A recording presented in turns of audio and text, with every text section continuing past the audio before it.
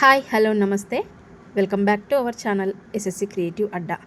మరి మన ఛానల్లో చాలా మంచి మంచి videos, cooking videos and other devotional and daily vlogs అన్నీ కూడా అవైలబుల్ ఉంటాయి. పక్కా మిమ్మల్ని ఎంటర్టైనింగ్గా అండ్ యూస్ఫుల్గా ఉంటుంది. సో కొత్తగా చూసేవాళ్ళు మన ఛానల్ని సబ్స్క్రైబ్ చేసేసుకొని బెల్ ఐకాన్ నొక్కేసేయండి. ఈరోజు మన ఛానల్లో చూపించబోయే రెసిపీ మజ్జిగ చారండి. నార్మల్గా డైలీ మీరు వెజ్ కర్రీస్, నాన్ వెజ్ కర్రీస్తో తిని బోర్ కొట్టేసి ఉంటుంది. ఒక్కసారి మీ లంచ్లోకి లేదా డిన్నర్లోకి ఇలా మజ్జిగ చారు చేసుకొని తిని చూడండి. నోటికి కమ్మగా మైమరిపించే విధంగా ఉంటుంది. ముందుగా మంచి పెరుగు తీసుకొని దాన్ని ఇలా మజ్జిగలాగా చిలికి తీసుకోండి. అంటే మీరు అది గడ్డ పెరుగు తీసుకోవచ్చు, లేదంటే కొంచెం లూజ్ పెరుగు తీసుకున్నా కూడా ఇలా మొత్తం అంతా చిలికి తీసేసుకొని దాంట్లోకి ఒక పావు టేబుల్ స్పూన్ సాల్ట్ యాడ్ చేసుకోండి. మీ టేస్ట్కి తగ్గట్టుగా చెక్ చేసుకొని వేసుకోండి.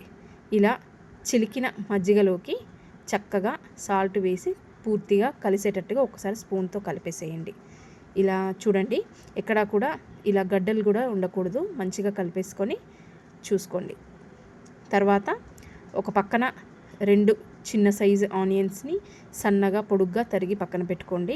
అదేవిధంగా 2 నుంచి 3 పచ్చిమిర్చీలని చిన్నగా రౌండ్గా కట్ చేసి పక్కన పెట్టేసుకోండి. ఎక్కువగా స్పైసీ అవసరం లేదు దీంట్లో, సో కొంచెమే తీసుకుంటున్నాము. అదేవిధంగా కొంచెం కరివేపాకు రెమ్మల్ని కూడా కడిగేసి ఒక పక్కన పెట్టేసుకోండి ముందుగానే.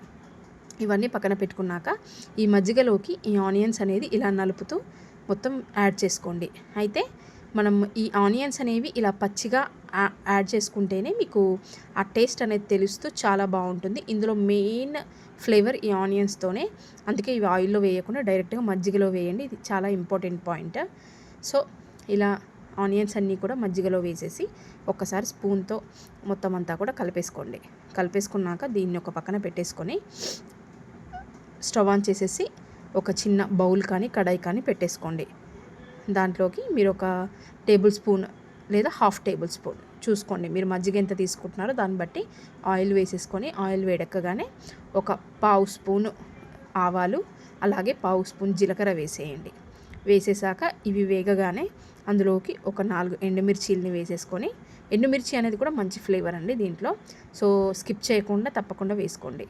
అలాగే ఇందాక మనం కట్ చేసి పెట్టుకున్న పచ్చిమిర్చి ఉంది కదా, అది కూడా యాడ్ చేసేసుకోండి. యాడ్ చేసుకొని కరివేపాకు యాడ్ చేసేసి జస్ట్ ఒక 1 మినిట్ దాన్ని అట్లా వేగనిస్తూ ఒక పావు స్పూన్ పసుపు యాడ్ చేసేసి అటు ఇటు కలిపేసేయండి. ఫ్యూ సెకండ్స్ టు 1 మినిట్ వరకు అలా వేగనిస్తే చాలు. పూర్తిగా అవి వేగాల్సిన అవసరం లేదు, లేదంటే మాడిపోయే ఛాన్స్ ఉంటుంది.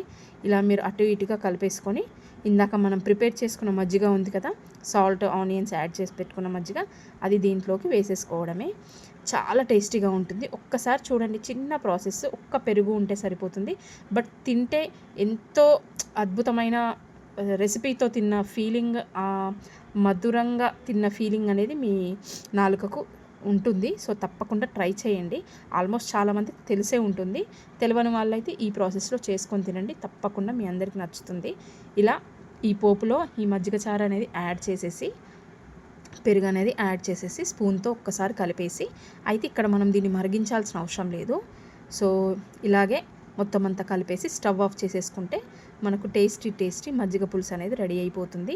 చిన్నపిల్లలకైనా పెద్దవాళ్ళకైనా ఎవరికైనా ఇది చాలా టేస్టీగా తినేస్తారు. సో వారంలో 2-3 సార్లు చేసుకున్న హెల్త్ పరంగా కూడా మజ్జిగ అనేది చాలా బెనిఫిట్ కాబట్టి తప్పకుండా మీరు స్కిప్ చేయకుండా చేసుకుంటూ తినండి. మీకు ఆరోగ్యపరంగా కూడా మంచి ఉపయోగాలు ఉంటాయి దీనివల్ల. ఈ వీడియోని మరి లైక్ చేసేసి మీ ఫ్రెండ్స్కి, ఫ్యామిలీ మెంబర్స్కి షేర్ చేయండి. మీరు కామెంట్ చేయండి ట్రై చేస్తే. Thank you.